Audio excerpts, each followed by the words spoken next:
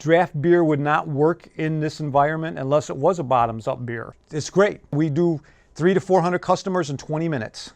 I don't know anybody else who can do that, pour and tap beer. My name is Bob Steele. I'm the operations manager. I'm responsible for making sure that we do everything in a timely fashion, which is a very big issue here at the IRT.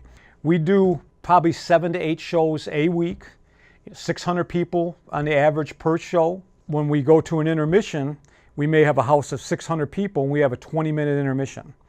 So we have to get anywhere from a couple hundred drinks to 300, 400, 500 drinks served in their hands and them back in their seats in 20 minutes. As far as the product goes, it's fantastic. It's drop it on, walk away, do something else, pour another drink, ring up their bill, and then reach behind you and set the beer on the counter. It's that quick, it's that easy, it's that fast. Revenue dollar-wise, I can't tell you exactly how much more it is, but I can tell you we've probably tripled our beer sales in the last year, if not more. If you have any kind of business that's got a very limited window of time to serve a lot of product, I can guarantee you guys that nothing's going to be quicker than bottoms up.